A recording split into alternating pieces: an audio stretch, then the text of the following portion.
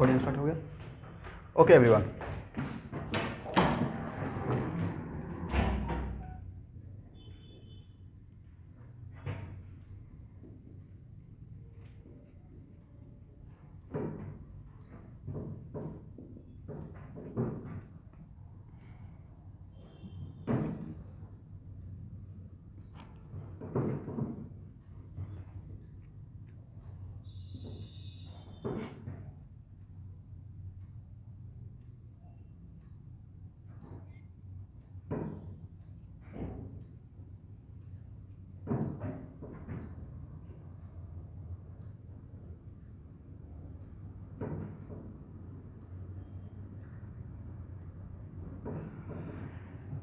ए है रिएक्टेंट और ए है प्रोडक्ट। किसका एनर्जी लेवल ज़्यादा है? रिएक्टेंट का ज़्यादा है और प्रोडक्ट का कम है। इसका मतलब है कि रिएक्शन एक्सोथर्मिक रिएक्शन है, करेक्ट। और प्रोडक्ट और रिएक्टेंट के बीच का जो गैप है उसको हम लोग क्या मान लेंगे? डेल्टा एच रिएक्शन, करेक्ट है ना। तो यहाँ पे रिएक्टेंट कन्वर्टेड इनटू प्रोडक्ट और डेल्टा एच क्या रहेगा स्टूडेंट? निगेटिव। और जिनको थर्मोकेमिस्ट्री पढ़ा चुके हैं उनके लिए अब ये बहुत आसान सा बात है। तो सर इसको तो हीट ऑफ रिएक्शन बोलना चाहिए, बट जब कांस्टेंट प्रेशर पे काम होता है तो हीट ऑफ रिएक्शन और चेंज इन एंथैल्पी सेम हो जाता है, करेक्ट है ना। चलिए अब नेक्स्ट है कि यहाँ से यहाँ तक का ए वैल्यू इस बाउंड्री लाइन से ए एनर्जी बैरियर है, तो इसको क्या हम लोग बोल सकते हैं? Energy of activation for forward direction, correct. समझने के टाइम पे ध्यान से समझना है।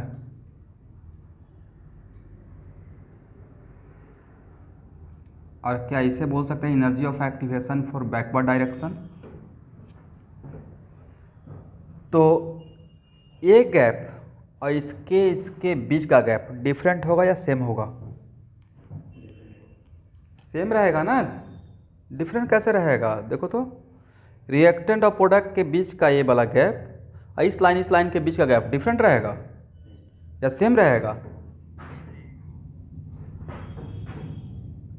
तो डेल्टा एच इक्वल टू क्या हम लोग बोल सकते हैं इस रिएक्शन के लिए energy of activation of forward direction और minus energy of activation for backward direction,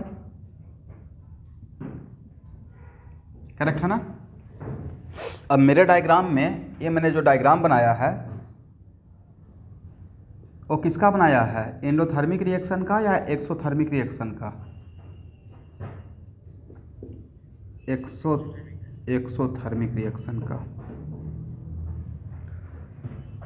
तो एक्सोथर्मिक रिएक्शन में डेल्टा एच होता है निगेटिव। इसका मतलब energy of activation of forward minus energy of activation. और भाई ये formula, this formula valid for both, चाहे रिएक्शन एक्सोथर्मिक हो या एंडोथर्मिक हो, ठीक है। इसे बॉक्स देके एरो देके लिख लीजिए, this is valid for both, चाहे रिएक्शन एक्सोथर्मिक हो या एंडोथर्मिक, ठीक ना। बट अगर रिएक्शन एक्सोथर्मिक रहेगा तो डेल्टा एच क्या रहेगा? एक्सोथर्मिक के लिए मेरे इस डायग्राम के लिए, इसके लिए, इस डायग्राम के लिए डेल्टा एच निगेटिव तो लेस देन जीरो, तो energy of activation of forward less than energy of activation of backward, correct है ना।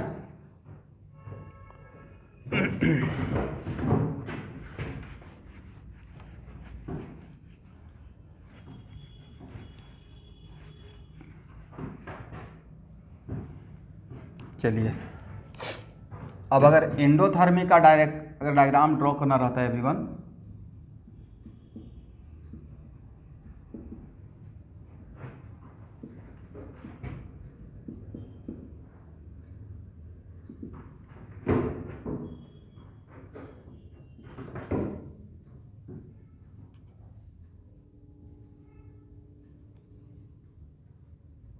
ये रहेगा। अब किसका एनर्जी ज़्यादा है? क्या इस गैप को हम लोग डेल्टा एच रिएक्शन बोल सकते हैं?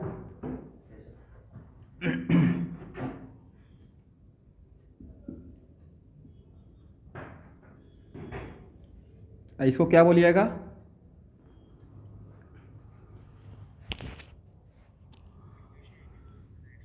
एक्टिवेशन फॉर फॉरवर्ड डायरेक्शन, और इसे क्या बोलेंगे? Activation energy for backward direction. और यहाँ पे डेल्टा एच एंडोथर्मिक होता है पॉजिटिव।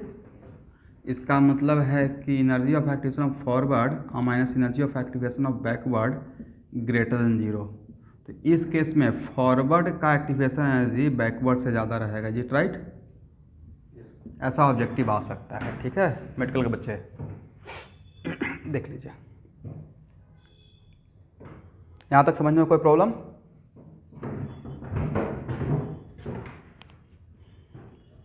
भाई जिनका मार्क्स कम आ रहा है वो अलर्ट हो जाइए। मतलब किसी भी तरीके से कम 30 क्वेश्चन का तो मार्क्स आना ही चाहिए। इसका मतलब है कि पूरा 100% फ्रिकल माइंड से एग्ज़ाम में बैठा जा रहा है। एग्ज़ाम में अगर इंटरेस्ट लेकर कोई बैठेगा तो ऐसा हो नहीं सकता कि 30 क्वेश्चन भी नहीं बनाएगा। ये बिल्कुल अनवाइस्ड होकर मैं बात बोल रहा हूँ। फिर उतना नॉलेज किस काम का कि हाँ जानते सब कुछ है, इतना कुछ करते हैं। अपना 100% देकर एग्ज़ाम में कोई बैठेगा तो 35 क्वेश्चन का मार्क्स नहीं आता है तब तो चलिए। लेकिन इसमें मैं थोड़ा सा एक सहूलियत आप लोग के लिए करता हूँ। अभी फिजिक्स में क्या दिए हैं रिवीजन करने का टारगेट एवरीवन? ठीक है, तो नेक्स्ट टेस्ट में मैग्नेटिक फील्ड का ही रहेगा। अब तो सही है, करेक्ट है ना? और उसके बाद मैथ में क्या दिया हूँ?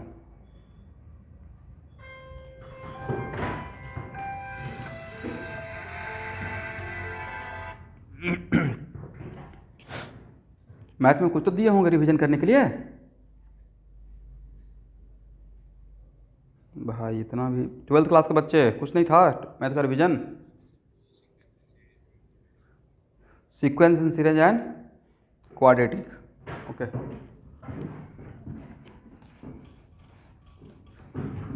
क्योंकि ऐसे भी रिवीजन करवाना ही है तो क्यों ना रिवीजन के पैटर्न को ही पकड़ लेते हैं टेस्ट के लिए, बेटर रहेगा ना।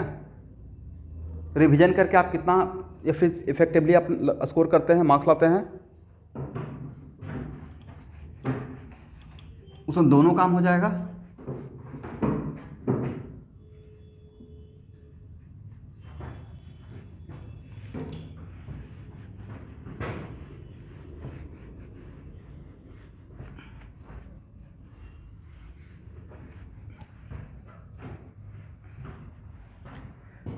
चलिए अब यहाँ देखिए, एक हेडिंग बनाइएगा, effect of temperature on reaction rate. Effect of temperature on reaction rate.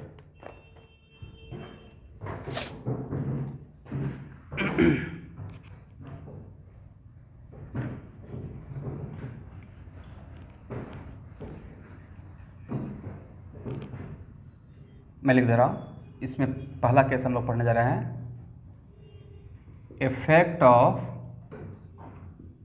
Temperature on reaction rate.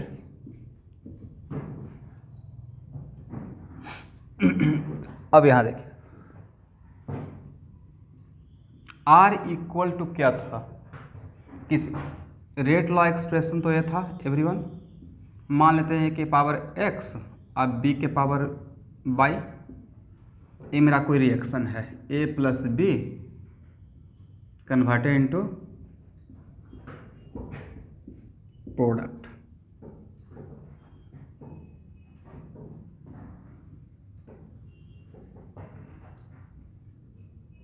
ठीक है ना? तो R equal to K A to the power X और B to the power Y. अब यहाँ पे अगर बोला जाए कि keeping concentration of A and B, the keeping the concentration of all reactants constant, rate of reaction को बढ़ाना है तो क्या कीजिएगा? सर के को बढ़ाएंगे फिर, करेक्ट। और के को बढ़ाने का दो तरीका होता है। के क्या है? नंबर ऑफ इफेक्टिव कोलिजन पर सेकेंड, इफेक्टिव कोलिजन पर सेकेंड, करेक्ट। तो के को बढ़ाने का दो तरीका होता है, आगे पढ़ेंगे, पूरा क्लास ही इसे पढ़ेंगे under the heading Arrhenius equation, ठीक है। बट के को बढ़ा सकते हैं बाय यूज ऑफ कैटलिस्ट या बाय इंक्रीजिंग द टेम्परेचर, ठीक है ना एवरीवन। तो हम लोग इसको क्या पढ़ रहे हैं, तो keeping the concentration of all reactants constant, अगर रेट ऑफ रिएक्शन को बढ़ाना है तो अब मेरे पास एक ही उपाय बचा, के को इंक्रीज कर दें। और एक्सपेरिमेंटली ऑब्जर्व किया गया है कि एवरी 10 डिग्री, कितना डिग्री मैं बोल रहा हूँ, every 10 degree increase of temperature, 10 degree से अगर बढ़ाते हैं तो रेट कांस्टेंट 2 to 3 टाइम्स, मतलब 2 से 3 के बीच में 2 to 3 टाइम्स बढ़ जाता है। और रेट कांस्टेंट अगर 2 to 3 टाइम्स बढ़ जाता है, इसका मतलब इफेक्टिव कोलिजन इतना टाइम्स बढ़ जाता होगा, ऑब्वियस सी बात है, करेक्ट है ना। चलिए तो लिखिए एक point, it was observe that for most of the reaction, it was observe that for most of the reaction rate increases with increase of temperature, rate increases with increase of temperature. It was observed that for most of the reaction rate increases with increase of temperature. यहाँ तक हो गया। For most of the reaction it was found that,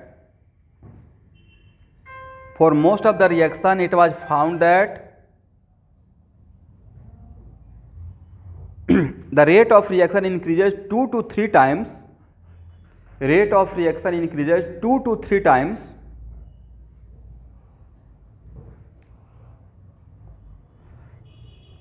it was found that rate of reaction increases 2 to 3 times with 10 degree rise in temperature, with 10 degree rise in temperature.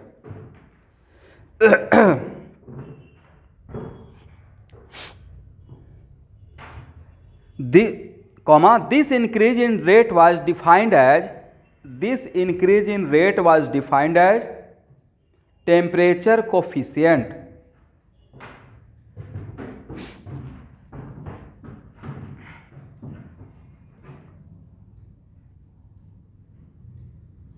यहाँ देखिए student,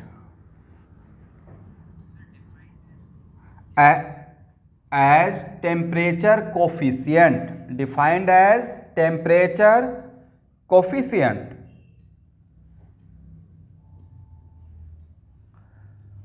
तो मान लेते हैं कि मेरा एक रेट कांस्टेंट है टेम्परेचर टी पे, और 10 डिग्री से इंक्रीज करने से अब एक नया रेट कांस्टेंट बन गया जिसका नाम है के टी प्लस 10। तो दिस बाई दिस का रेशियो जो है उसको अगर नाम अल्फा देते हैं तो this alpha is known as what, this alpha is, अब बोलिए आपका टाइम है, इसी को क्या बोलते हैं, टेम्परेचर कोफिशिएंट।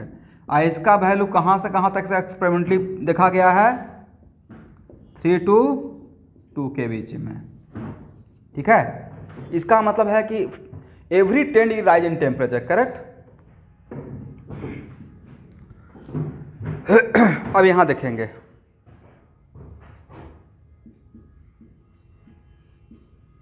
अब मेरा साउंड इको हो रहा है क्या एवरीवन?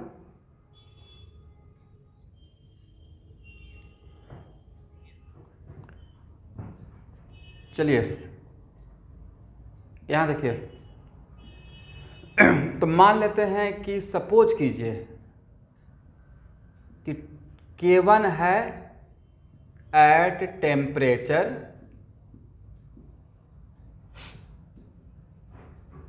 आपको समझाने के लिए सिर्फ, और अल्फा दिया हुआ है, अल्फा गिवन है, ए वैल्यू दिया हुआ है, और ये है टेम्परेचर T1 पे, करेक्ट, ठीक है ना।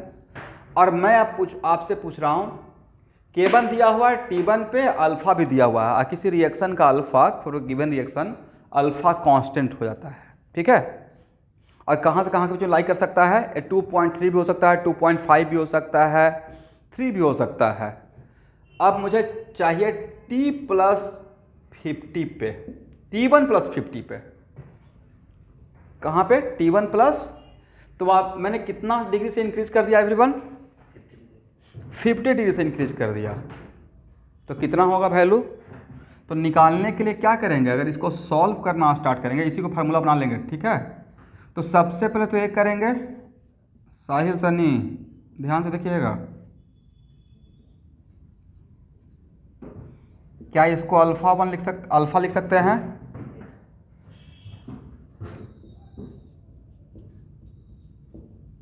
अल्फा के T1, यहाँ तक समझने में कोई प्रॉब्लम। अब फिर से हम लोग क्या करेंगे, के T1+20 और डिवाइड बाई के T1+10, इसको भी तो अल्फा लिख देंगे। तो के T1+20, क्योंकि आपको सिर्फ 10 डिग्री से ही बढ़ाना है, ठीक है ना, तो अल्फा के T1+10। अब भाई ए वैल्यू कितना है, ए वैल्यू है अल्फा इंटू K1, हाँ या ना, तो यहाँ पे क्या हो जाएगा, अल्फा और अल्फा इंटू K1, तो ये हो गया sir alpha square K1, agree. तो के T1+30 पे कितना होगा एवरीवन,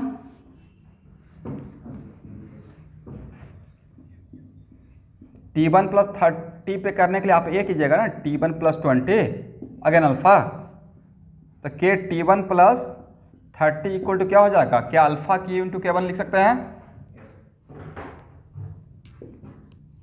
सिमिलरली के T1+ कितना पे निकालना था, 50 पे ना, कितना होगा,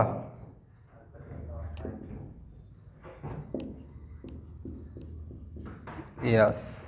तो अगर ध्यान से बातों को देखा जाए तो के T1+50 और डिवाइड बाय के T1 इक्वल टू अल्फा के पावर 5 हो गया।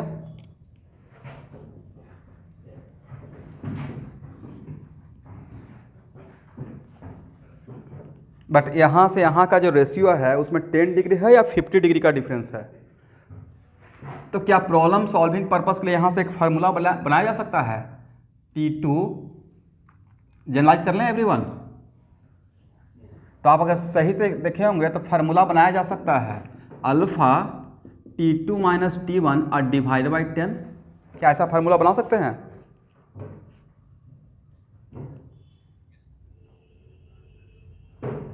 बना लीजिए, लेकिन ये फार्मूला आपके लिए सूटेबल तभी रहेगा जब T2 - T1 डिवाइड बाई 10 एक इंटीग्रल वैल्यू रहेगा। अगर फ्रैक्शनल वैल्यू हो गया तो फिर लॉग टेबल का हेल्प, मैं नहीं बोल रहा हूँ सॉल्व नहीं होगा, बट लॉग टेबल का हेल्प लेना पड़ेगा, नहीं। चलिए इसको फार्मूला बना के बॉक्स में रखिए, ठीक है। और एक्सरसाइज 8 का क्वेश्चन नंबर 1 बनाइए।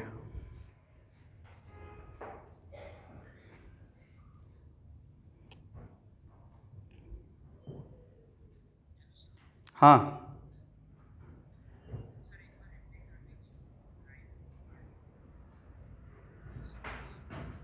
कौन सा समझ में नहीं आया आपको।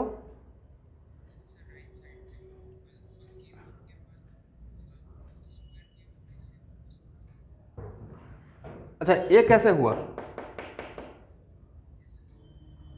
यहां तक समझ में आया। एक मिनट, यहां तक समझ में आ गया, अल्फा के 1 तक समझ में आ गया।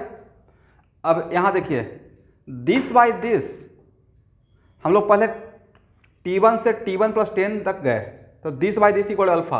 अभी इसके बीच का कितना डिफरेंस है शाहबाज,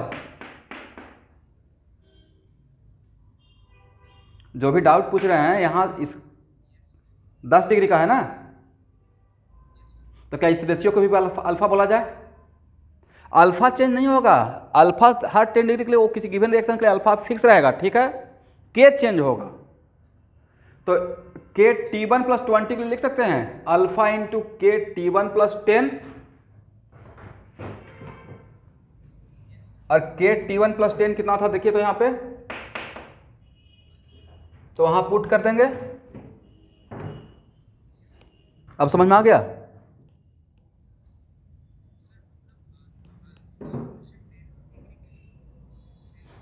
वही तो डिफिनेशन में बोला, फिर से डिफिनेशन पढ़िए।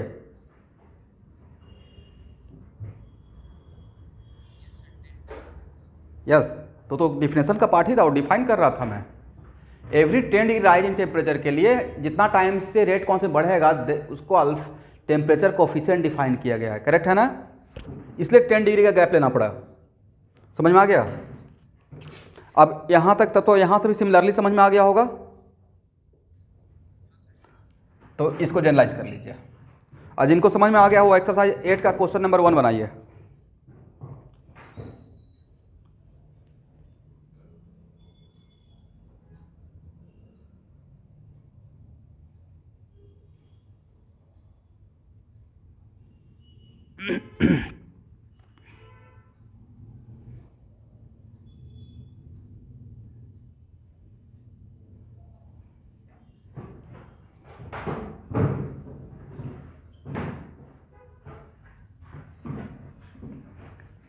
देखिए अब यहाँ पे क्वेश्चन नंबर 1 है आसान, लेकिन इसका लैंग्वेज को समझना पड़ेगा।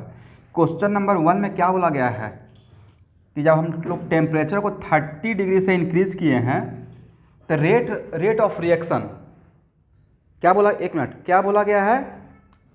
Rate of reaction. But concentration के बारे में तो कुछ नहीं बोला गया, टेम्परेचर के बारे में बोला गया। इसका मतलब concentration of reactant is keeping constant, तो कॉन्सेंट्रेशन को का बात नहीं किया गया है, सिर्फ टेम्परेचर का इंक्रीज करने का बात किया गया है। और फिर रेट, और उसके बावजूद भी रेट ऑफ रिएक्शन बढ़ गया, मतलब रेट कांस्टेंट बढ़ा होगा। हाँ ना बोलिए भाई, क्वेश्चन को पढ़ने का नज़रिया ठीक है ना? इसका मतलब एक्सरसाइज 8 का क्वेश्चन नंबर 1 में आज का क्लास सिर्फ कंटिन्यूटी मेंटेन करने के लिए ले रहा हूँ, इसलिए मैंने फिजिक्स क्लास नहीं लिया। थोड़ा बिहू का माहौल है तो ठीक ठाक नहीं लग रहा था क्लास में, लेकिन फिर जस्ट एक रिदम बना रहे, आपका भी और मेरा भी। तो के टी, यहाँ देखिएगा के टी इक्वल टू अल्फा के पावर कितना 30 माइनस 30/10 कर दें direct, T plus 30 minus T divide by 10 alpha के पावर क्यू। और ए वैल्यू कितना दिया हुआ है 15.8 इक्वल टू, अब भाई ए तो क्यूब रूट यूनिटी आपसे सॉल्व होगा नहीं, होगा? अल्फा इक्वल टू 15.8 के पावर 1/3 करेंगे। इसलिए बेटर है कि आपको यहाँ पे किसका हेल्प लेना पड़ेगा, यहाँ पे सॉल्व करने के लिए आपको टेकिंग लॉग बोथ साइड, तो लॉग दोनों तरफ लीजिए। तो log 15.8 equal to 3 into log alpha लिख सकते हैं एवरीवन। तो यहाँ से लॉग अल्फा इक्वल टू कितना हो जाएगा, लॉग 15.8 का वैल्यू दिया हुआ है कितना 1.98, तो लॉग अल्फा इक्वल टू 1.198 और डिवाइड बाई 3।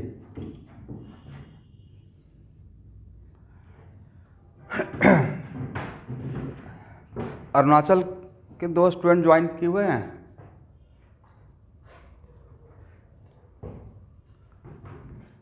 तो taking anti log both side,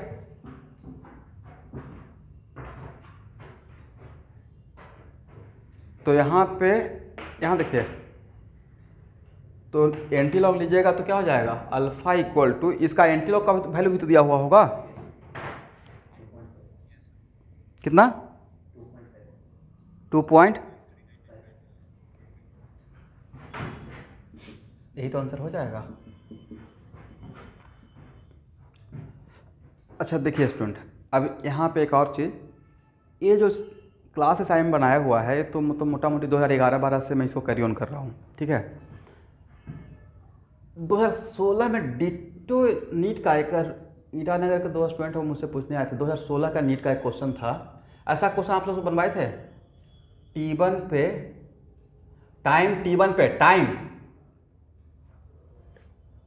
T1 पे कॉन्सेंट्रेशन C1 फर्स्ट ऑर्डर का, याद है? और T2 को पे कॉन्सेंट्रेशन C2, करेक्ट? और तब हाफ लाइफ पूछा गया था, याद है कि नहीं आप लोग को?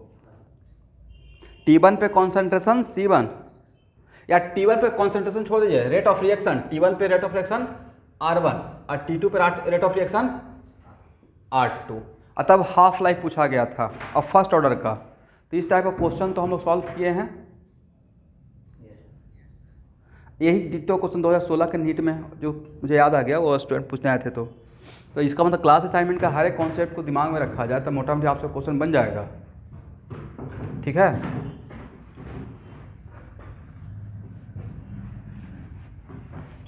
चलिए क्वेश्चन नंबर एक्सरसाइज 8 का क्वेश्चन नंबर 2 देख लीजिए, वो तो बिना पेन उठाए हुए बन जाएगा। हो गया। Temperature coefficient of reaction is 2 when the temperature increases by 30 kelvin to 100 kelvin the rate of reaction increased by. Okay, इसका मतलब जितना टाइम से रेट कांस्टेंट इंक्रीज होगा उतना ही टाइम से रेट ऑफ रिएक्शन इंक्रीज हो जाएगा। जब सिर्फ टेम्परेचर का इफेक्ट देख रहे हैं तो K100 by K30 right equal to alpha के पावर कितना, डायरेक्ट 7 कर दें, 2 के पावर 7 कितना हो जाएगा 128। इसका मतलब 128 टाइम से इंक्रीज हो जाएगा। क्वेश्चन नंबर 3,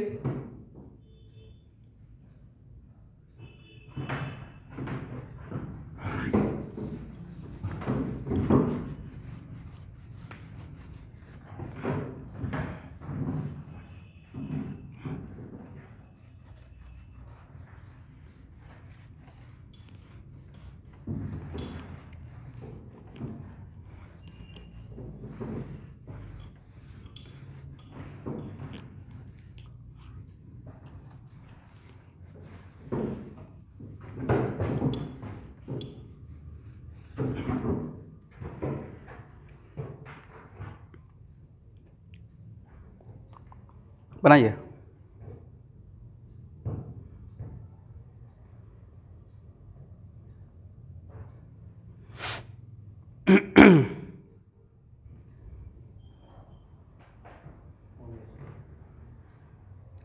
तो यहां देखिए क्या दिया हुआ है, दिया हुआ है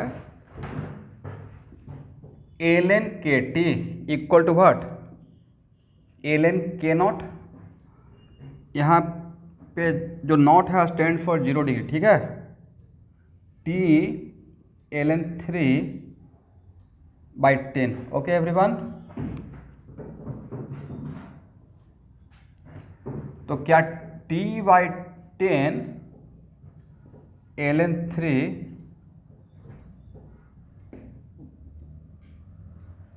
इक्वल टू लिख सकते हैं ln KT/ln K0। देखना है ध्यान से, और इसमें लॉग का प्रॉपर्टी का यूज कर सकते हैं, जस्ट लाइक दिस, इसको इसके पावर में भेज सकते हैं। यहाँ तक समझ। अब taking anti log both side, anti log लेंगे तो ln ln आपस में क्या हो जाएगा, कैंसिल हो जाएगा राइट। तो एंटी लॉग लेने के लिए जनरली हम लोग लॉग में कन्वर्ट करते, लेकिन बात तो एक ही है ना। तो क्या यहाँ पे लिख सकते हैं KT/, ऐसे भी अगर बेस सेम है तो पावर को इक्वल कर सकते हैं सॉल्व करने के लिए, लॉग ये भी लॉग का प्रॉपर्टी है। तो KT/K0 इक्वल टू 3 के पावर T माने 0/10। तो यहाँ पे नहीं था, ये अल्फा का काम 3 कर रहा है।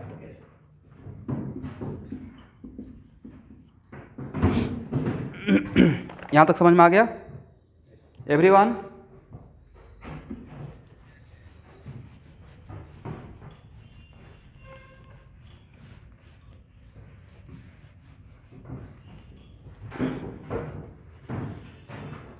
अच्छा, सेकेंड टाइम का कुछ ऐसे CBSE के साइट पर कुछ आया क्या, सैंपल पेपर अपलोड हुआ है क्या?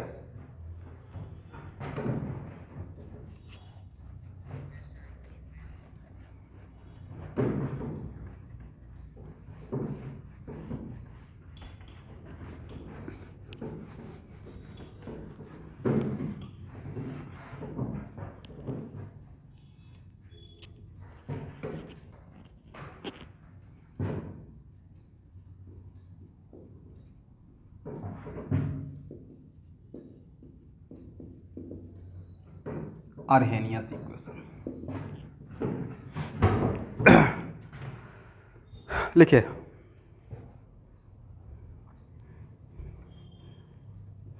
देखिए स्टूडेंट, तो एक्चुअल में अब यहाँ से रेस्ट कांस्टेंट का एक्चुअल डिपेंडेंस किस पे डिपेंड करता है वो यहाँ से पता चलेगा।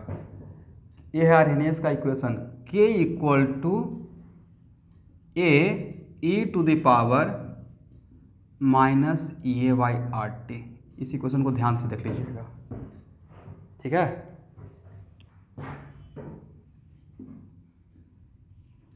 चलिए, ए क्या है?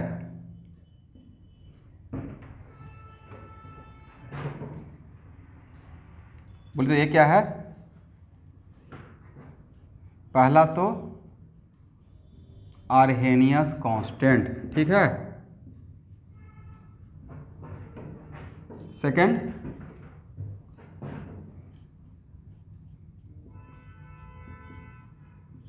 इस पे ऑब्जेक्टिव आएगा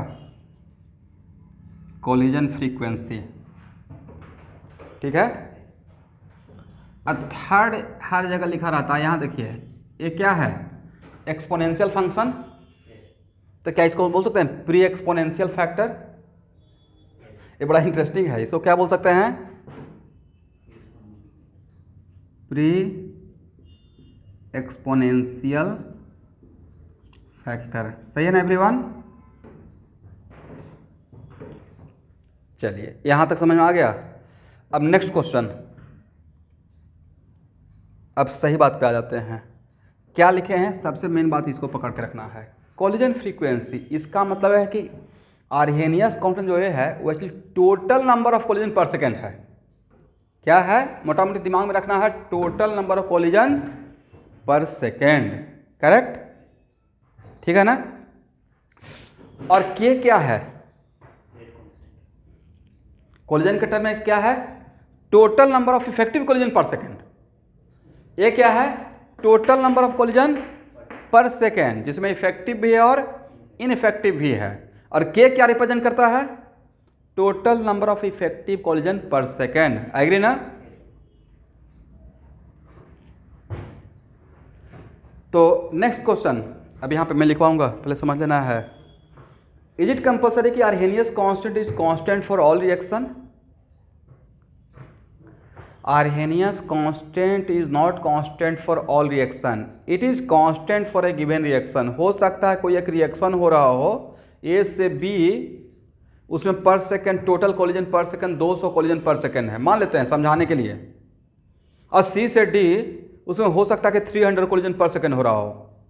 तो number of total number of collision पर सेकेंड तो डिफरेंट रिएक्शन का डिफरेंट हो सकता है, राइट। बट ये समझ में आ गया? तो पहला पॉइंट बन जाए, हम लोग लिख लेंगे। क्या लिखवा बोल रहे हैं? Arrhenius constant is not constant for all reaction, it is constant for a given reaction, correct. Next point, but for a given reaction Arrhenius constant is fixed. मतलब for a given reaction Arrhenius constant क्या हो जाएगा? Constant हो जाएगा। Reaction अलग रहेगा और वो अलग रहेगा। तो सर आर्हेनियस कांस्टेंट किसी गिवन रिएक्शन के लिए टेम्परेचर बढ़ाने से बढ़ेगा नहीं बढ़ेगा? नहीं बढ़ेगा, वो चेंज नहीं होगा। टेम्परेचर बढ़ाने से इफेक्टिव कोलिजन चेंज हो सकता है उस रिएक्शन का, करेक्ट है ना एवरीवन? इसका मतलब टोटल नंबर ऑफ कोलिजन पर सेकेंड ये टेम्परेचर से इंडिपेंडेंट रहेगा। टेम्परेचर बढ़ाने से क्या बढ़ सकता है? उस रिएक्शन का टोटल इफेक्टिव कोलिजन पर सेकेंड बढ़ेगा। कुछ दिमाग में गया आप लोग को? मैंने क्या बोला एवरीवन? बोलिए तो क्या मैंने समझाने की कोशिश किया?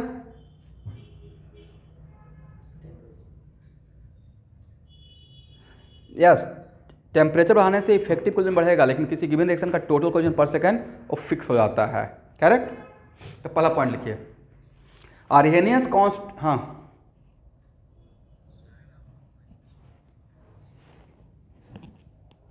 नहीं, लेकिन आप लोग का आवाज यहाँ पे आ रहा है स्टूडेंट।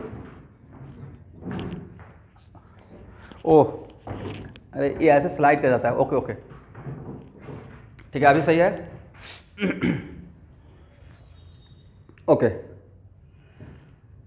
लिखिए, Arrhenius constant is not constant for all reaction, it is constant for a given reaction. Arrhenius constant is not constant for all reaction, it is constant for a given reaction.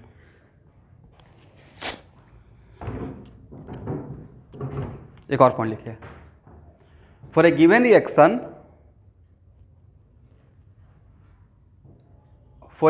reaction,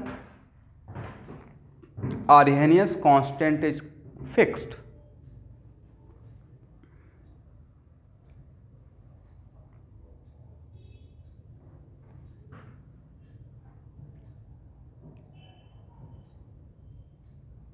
सही है ना? और Arrhenius constant का मोटा मोटा meaning क्या रहेगा? Total number of, लिखिए, Arrhenius constant represent total number of collision per unit time, तभी तो इसका नाम कॉलिजन फ्रीक्वेंसी है। इसका नाम एक और नाम क्या है? Collision frequency. Arrhenius constant represent total number of collision per unit time.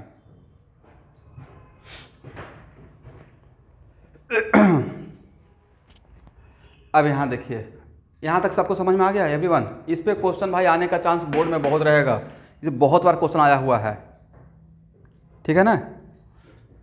चलिए स्टूडेंट, यहाँ देखिए तो K बाई ए क्या है? तो K by A sir minus e के power A by R T, हाँ या ना? और K बाई ए को क्या बोलिएगा किसी रिएक्शन के लिए? Fraction of effective collision per unit time बोल सकते हैं। Fraction of effective collision per unit time.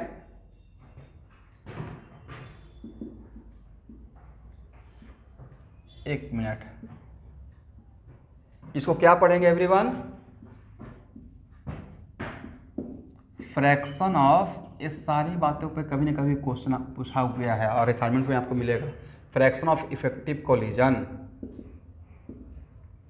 अब यहाँ देखिए, मान लेते हैं कि K बाई ए का वैल्यू, आपको समझाने के लिए, सिर्फ आप लोग को वीडियो नज़र आ रहा है, आपको समझाने के लिए K बाई ए का वैल्यू अगर 0.6 है तो कितना परसेंट रिएक्टेंट मॉलिक्यूल्स प्रोडक्ट में कन्वर्ट हो रहा है? 60%। इसी को और किसी क्वेश्चन के लैंग्वेज में ऐसे बोला रहा है कि 60% molecules crosses the energy barrier. 60% molecule crosses what? Energy barrier, correct? और ए का वैल्यू दिया रहा है, ए का या के का। 60% मॉलिक्यूल्स क्रॉसेज एनर्जी बैरियर, तो जो एनर्जी बैरियर को क्रॉस करेगा वो प्रोडक्ट में कन्वर्ट होगा। इसका मतलब 60% बोलने का मतलब है K बाई ए का वैल्यू 0.6 दिया हुआ है। अब K बाई ए का वैल्यू अगर इसका रेशियो पता है और K और A में से कोई भी मान लेंगे A दिया हुआ, तो क्या वहां से K निकल जाएगा इस लैंग्वेज से? तो एनर्जी बैरियर जो दिया रहेगा क्रॉस करने का, उस लैंग्वेज को पकड़ पाएंगे आप?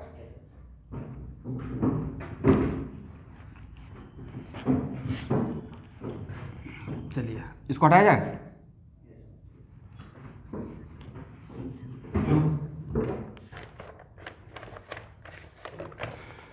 ओके एवरीवन, अब next observation, K equal to A e to the power minus A by R T. और बताए थे ना, एक्टिवेशन एनर्जी अपने आप में कैसा सेंस है? एंडोथर्मिक सेंस है। तो K equal to E to the power A by R T लिख सकते हैं ऐसे। और temperature increases then A by R T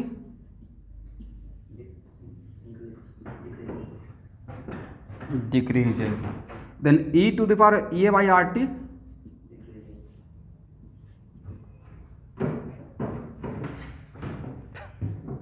decrease करेगा ना भाई।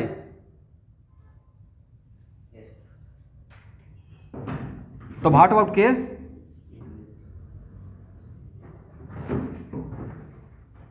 इसमें तो इतना मैथमेटिकल नहीं भी करते तब बोल सकते थे, टेम्परेचर बढ़ाएंगे तो इफेक्टिव कूलिंग बढ़ेगा, तो रेट कांस्टेंट बढ़ेगा, right. But if temperature becomes infinity, if temperature becomes infinity, then ये बाई आर टी बिकम्स बोले जीरो। टी इन्फिनिटी तो ये by R T becomes zero, तो ई के पावर जीरो 1, तो के का वैल्यू इसका मतलब ये हुआ कि किसी भी रिएक्शन का मैक्सिमम रेट कांस्टेंट किसके बराबर हो सकता है, आर्हेनियस कांस्टेंट के बराबर हो सकता है, एग्री ना।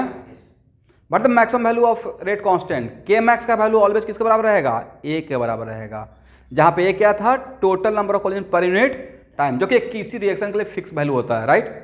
उसका टेम्परेचर से कोई लेना देना नहीं है, करेक्ट है ना। तो क्या यहां से इसका मतलब है कि के वर्सेस टी का ये जो फंक्शन है, अगर हम लोग के का बात करें with respect to temperature in kelvin, तो ये डिक्रीजिंग फंक्शन हुआ टेम्परेचर के रेस्पेक्ट में या इंक्रीजिंग फंक्शन हुआ।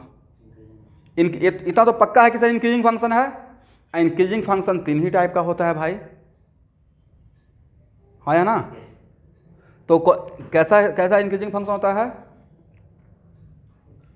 तो तीन टाइप का मुझे देखने से क्या होगा, मैं पूछना ये चाह रहा हूं कि कैसा ग्राफ होगा, ये ग्राफ होगा, ये ग्राफ होगा, ये ग्राफ होगा, कैसा ग्राफ होगा। आज के बाद कोई भी इंक्रीजिंग फंक्शन जो एक खास वैल्यू के बराबर जाके फिक्स हो जाए, पैरेलल हो जाए, तो ऐसा रहेगा, राइट।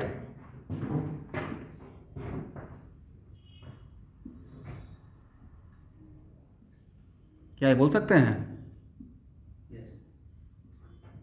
और यहाँ पे वैल्यू क्या मिलेगा, के मैक्स किसके बराबर, ए के बराबर। देखिए तो मैंने सही ड्रॉ किया एवरीवन, ऐसा मुझे इंट्यूशन लग रहा है कि ऐसा ही ग्राफ होना चाहिए।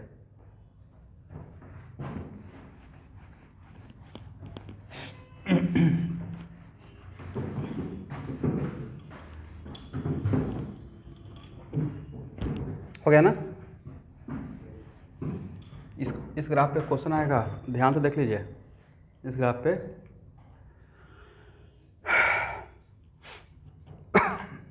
हो गया, चलिए तो पहला ग्राफ तो ऑब्जेक्टिव बन गया। देखिए यहाँ तक आने के बाद अब हम लोग इस सिचुएशन में हैं कि जस्ट आपको खाली बोल दे कि इसका ग्राफ ड्रॉ कर लीजिए स्टूडेंट, आप लोग को ड्रॉ कर लेना चाहिए। इतना ग्राफ का बात किए हैं, इसके बाद यहाँ तक आने के बाद एक्सपोनेंशियल फंक्शन है तो पता है, कैपेसिटर में चार्जिंग डिस्चार्जिंग पढ़ चुके हैं, उसके जैसा ही कुछ ग्राफ है, राइट।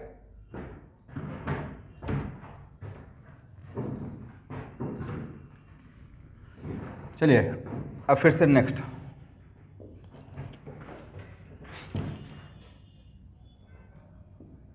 के equal to A E to the power minus A by R T. अब यहाँ पे देखिएगा एवरीवन, ध्यान से देखा जाए, के का वैल्यू किस पे डिपेंड कर रहा है। तो सर के का वैल्यू टी पे डिपेंड कर रहा है और ए पे डिपेंड कर रहा है, राइट। इसका मतलब है कि इसमें कितना केस बन सकता है, सर एक्टिवेशन ये कांस्टेंट रख के टेम्परेचर चेंज करेंगे, पहला केस बन जाएगा। दूसरा केस क्या बनेगा, टेम्परेचर कांस्टेंट रखेंगे, एक्टिवेशन चेंज करेंगे, तब फार्मूला बनेगा। और तीसरा केस क्या बन सकता है, सर दोनों चेंज कर देंगे, राइट, करेक्ट है ना। फोर्थ केस तो नहीं बनेगा, दो ही किसी गिवन रिएक्शन के लिए। फॉर ए गिवन रिएक्शन क्या वेरिएबल हो सकता है, गिवन रिएक्शन बोल दिए तो ये तो कांस्टेंट हो गया, तो वेरिएबल के नाम पे क्या रहेगा, ये रहेगा और टी रहेगा, करेक्ट है ना।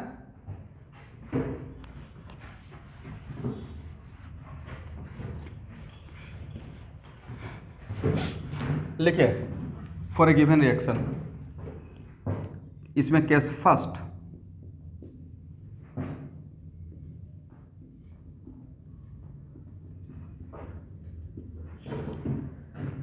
पढ़ा हुआ चीज़ को दोबारा पढ़ने में जो स्टूडेंट बोर हो गया उसका रैंक नहीं आ सकता है। पढ़ा हुआ चीज़ को दोबारा उसी इंटरेस्ट से पढ़ना है, तभी आप फास्ट हो सकते हैं। बहुत लोग को देखते हैं ना कि एकदम सेकेंड टाइम पढ़ने के लिए बोलते हैं नीरस हो जाते हैं। अच्छा दोबारा उसी में शॉर्टकट ले लेते हैं। भाई यही चीज़ तो आपको याद रखना है, आप उसमें दोबारा उतना ही इंटरेस्ट डालिए। कुछ भी नया नहीं आने वाला है, आप रिवीजन करने के बाद ही आपका मार्क्स उठेगा। इलेक्ट्रोकेमिस्ट्री का जितना भी प्रॉब्लम दिए थे, मुझे नहीं लगा कि एक भी प्रॉब्लम ऐसा था कि बियॉन्ड आपका जोन था, नहीं बन सकता था इलेक्ट्रोकेमिस्ट्री का प्रॉब्लम। आप ही लोग से पूछ रहा हूँ भाई, रूम में तो एक ही स्टूडेंट है यहाँ पे।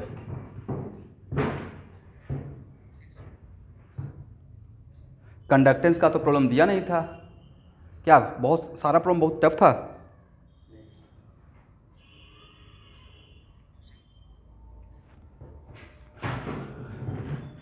चलिए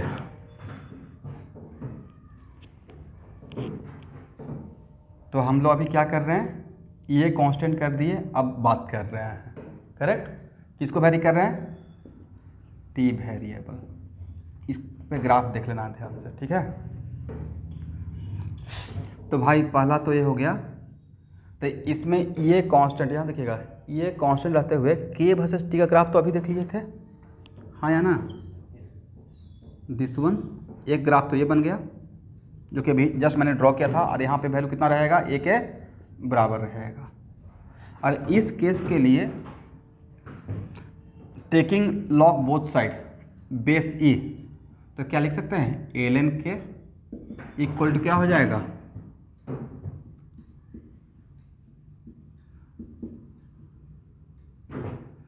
जिनको यहाँ तक नहीं समझ में आया वो मुझसे दोबारा पूछ सकते हैं, मैं डायरेक्ट एक लाइन में कर दिया। मैंने दोनों तरफ लॉग लिया बेस ई, क्या आप समझ में आ गया आप लोग को? यहाँ से जब लॉग लिया बेस ई तो यहाँ पे ए बन गया L N A B equal लिख सकते हैं ना, L N A plus L N B. Dropper batch के स्टूडेंट आपको समझ में आ गया कि उतना लिख सकते हैं everyone? L N K equal to minus A by R 1/t अब प्लस एल एन ए। चलिए एल एन के वर्सेज 1/t, ये बहुत बार ग्राफ आया हुआ है। एल एन के वर्सेस 1/t कैसा ग्राफ रहेगा everyone? Equation of a straight line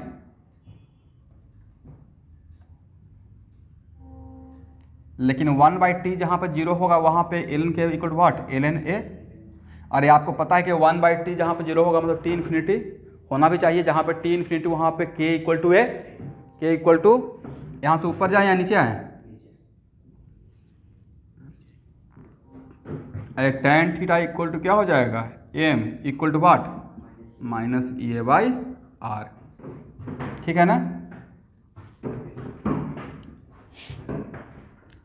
क्या इसी इक्वेशन को हम लोग ऐसे लिख सकते हैं एवरीवन?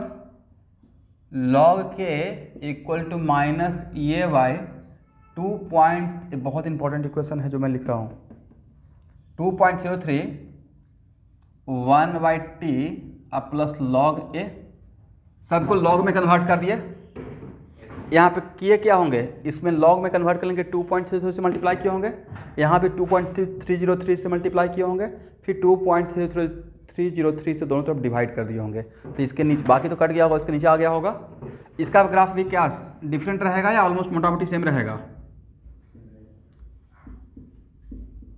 ग्राफ सेम रहेगा, सिर्फ स्लोप पे थोड़ा फर्क पड़ेगा। नहीं, यहाँ पे tan थीटा इक्वल टू क्या लिखेंगे? m equal to minus A by what? 2.303। Oh R छूट गया ना, ठीक है ना एवरीवन?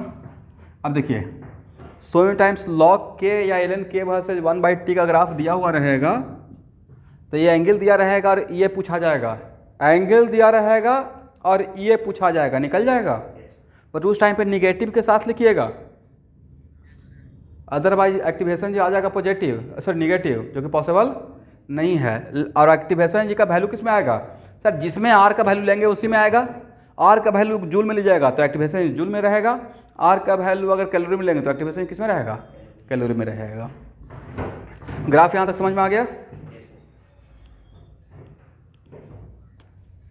चलिए इसको हटाया जाए, एक भी ग्राफ वो ग्राफ देख लीजिए, ठीक है।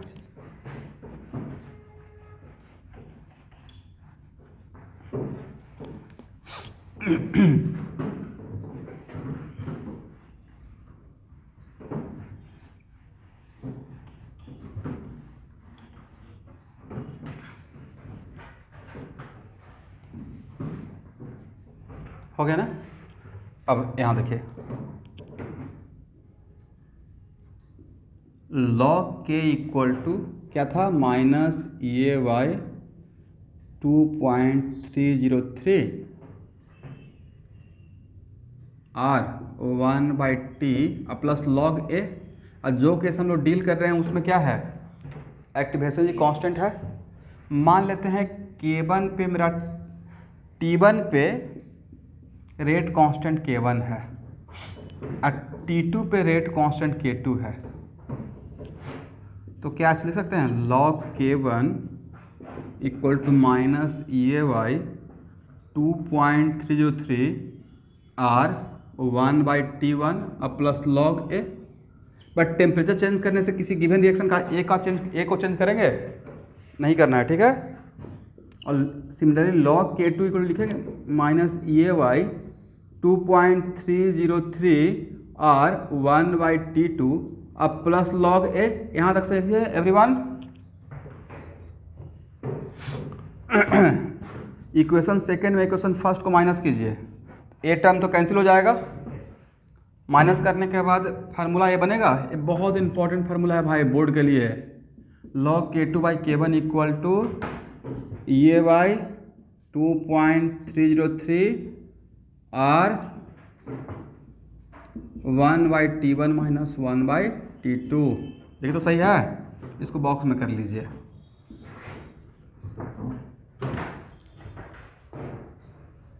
तो इसमें t1 t2 k1 k2 और EA 5 वेरिएबल हो सकता है। कौन कौन सा, k1 k2 t1 t2 और EA। उसमें 4 कोई दे दें तो फिफ्थ वन निकल जाएगा। बोलने का मतलब ये हुआ k1 k2 t1 t2 और क्या हो सकता है, ये 5 है। आउट ऑफ 5 अगर कोई 4 का वैल्यू दे दें तो फिफ्थ वन निकल जाएगा इसके हेल्प से। करेक्ट है ना। चलिए हो गया, इसको हटाया जाए एवरीवन।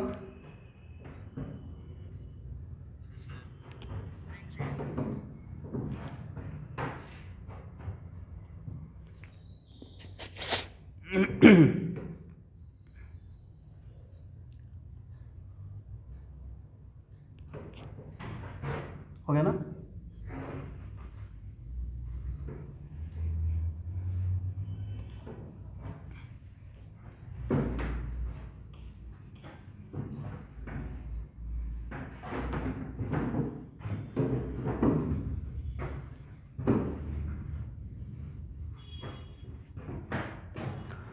ट्वेल्थ क्लास के